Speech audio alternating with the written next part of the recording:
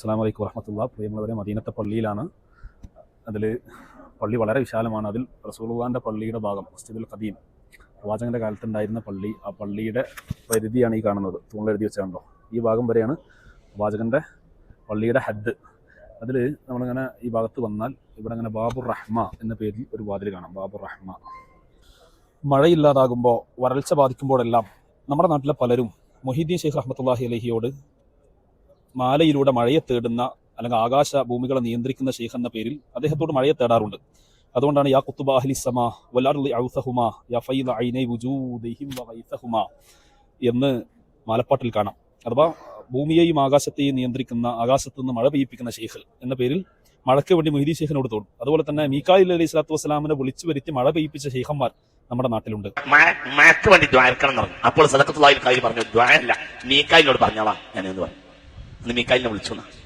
മീകായിൽ വന്നു. അസറിന് മീകായിൽ കായൽപട്ടണത്ത് വന്നു. മീകായിലിനെ വിളിച്ചു വരുത്തിയിട്ട് കായൽപ്പണത്തേക്കും പട്ടണത്തേക്കും മഴ പെയ്യിപ്പിച്ചു. ആര്? ഖുതുബിയത്തുണ്ടാക്കിയ ആര്? സദഖത്തുള്ളാഹിൽ ഖാഹിരി റളിയല്ലാഹു. പക്ഷേ റസൂലുള്ളാഹി സ്വല്ലല്ലാഹി അലൈഹി വസല്ലം തങ്ങൾ, പ്രവാചകരും സ്വഹാബത്തും വരൾച്ച ബാധിച്ച സമയത്ത് അവരെന്താണ് ചെയ്തത്, അവരാരോടാണ് തേടിയത് എന്നതുമായി ബന്ധപ്പെട്ട് കിടക്കുന്നു ഈ ബാബുമായി ബന്ധപ്പെട്ട ചരിത്രം. ബാബുർ റഹ്മ എന്ന പേരിൽ ഈ ബാബുമായി ബന്ധപ്പെട്ടത് റസൂലുള്ളാഹിന്റെ മഴയില്ലാത്ത സമയത്ത് നാം ആരോട് തേടണം എന്ന പ്രമാണത്തെ, എന്ന ചരിത്രത്തെ നമ്മൾ പഠിപ്പിക്കുന്നു. ഈ ബാബുർ റഹ്മയുടെ ചരിത്രം, പ്രവാചകൻ സല്ലല്ലാഹു അലൈഹി വസല്ലം തങ്ങൾ ഒരിക്കൽ ഖുത്ബ നടത്തിക്കൊണ്ടിരിക്കുന്ന സമയത്ത് മദീനത്തിൽ വലിയ വരൾച്ചയാണ്. ഒരു അറാബിയായ ഒരു സ്വഹാബി നേരെ ഈ ഭാഗത്തേക്ക്, ഈ വാതിലിൻ്റെ ഭാഗത്തേക്ക് ഓടി വന്നു. ഇവിടെ വന്ന് റസൂലുള്ളാഹിനോട് ഇവിടുന്ന് ആവശ്യപ്പെടുകയാണ്, മിമ്പറിലേക്ക് ആവശ്യപ്പെടണം, റസൂലെ അങ്ങേറ്റത്തെ വരൾച്ചയാണ്, റസൂലെ താങ്കൾ പ്രാർത്ഥിക്കണം എന്നാവശ്യപ്പെടുന്നു. റസൂലുള്ളാഹി സ്വല്ലല്ലാഹി അലൈഹി വസല്ലം തങ്ങൾ മിമ്പറിൽ നിന്ന് തന്നെ പ്രാർത്ഥിക്കുകയാണ്. പ്രവാചകന്റെ പ്രാർത്ഥന കഴിഞ്ഞ് ഇവിടെ ഒരുമിച്ച് കൂടിയ സ്വഹാബത്ത് ഈ ഭാഗത്ത് നിന്ന് ജുമ കഴിഞ്ഞ് പുറത്തേക്ക് ഇറങ്ങുമ്പോൾ ജബൽ സിലാ പർവ്വതത്തിന് മുകളിലൂടെ കാർമേഘങ്ങൾ വന്ന് മദീന മൂടുകയും ജുമ കഴിഞ്ഞോടുകൂടെ തന്നെ വളരെ ശക്തമായ മഴ പെയ്യുകയും ചെയ്തു. ചില റിപ്പോർട്ടുകൾ അനുസരിച്ച് ആ മഴ ആ വെള്ളിയാഴ്ച അങ്ങ് തുടങ്ങി പിറ്റത്തെ വെള്ളിയാഴ്ച വരെ നന്നായി തിമിർത്ത് മഴ പെയ്തു. പ്രവാചകന്റെ ഒരൊറ്റ പ്രാർത്ഥനയും മഴ പെയ്തു. അവസാനം വെള്ളം കൂടി വെള്ളപ്പൊക്കമാവുന്ന അവസ്ഥയിലായിരുന്ന, ഇവിടുത്തെ വാദികളൊക്കെ നിറഞ്ഞു കവിഞ്ഞൊഴുകി വെള്ളപ്പൊക്കമാകുന്ന അവസ്ഥയിൽ അത്രയേറെ മഴ പെയ്തു.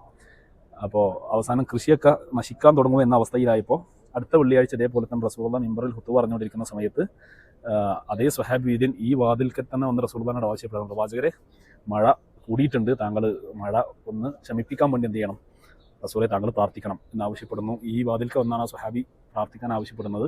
റസൂലുള്ള ആ സന്ദർഭത്തിലാണ് നമുക്കൊക്കെ സാധാരണ നമ്മൾ ഇത്തരം സമയങ്ങളിൽ പ്രാർത്ഥിക്കാറുള്ള പ്രാർത്ഥന, അല്ലാഹുമ്മ ഹവാലൈന വലാ അലൈന എന്ന് പറയുന്ന പ്രാർത്ഥന റസൂലുള്ളാഹി സ്വല്ലല്ലാഹി അലൈഹി വസല്ലം തങ്ങൾ ഖുത്ബയിൽ തന്നെ പ്രാർത്ഥിക്കണം. അതോടുകൂടി മഴ അവസാനിക്കുകയും ചെയ്തു എന്നുള്ളതാണ്. അപ്പോൾ ആ ഒരു ചരിത്രവുമായി ബന്ധപ്പെടുത്തിയാണ് ഈ ഒരു വാതിലിന് ബാബുർ റഹ്മ എന്ന പേര് വരാൻ കാരണം.